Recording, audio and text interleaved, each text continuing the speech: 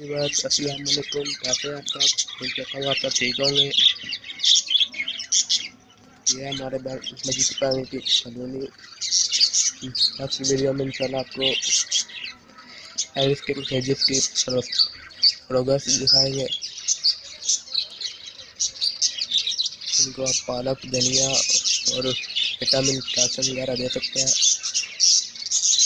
जिससे ये इनकी सेहत अच्छी रहती है।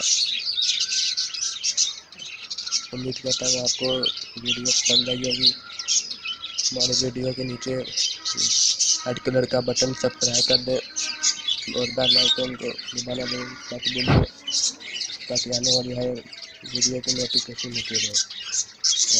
अल्लाह।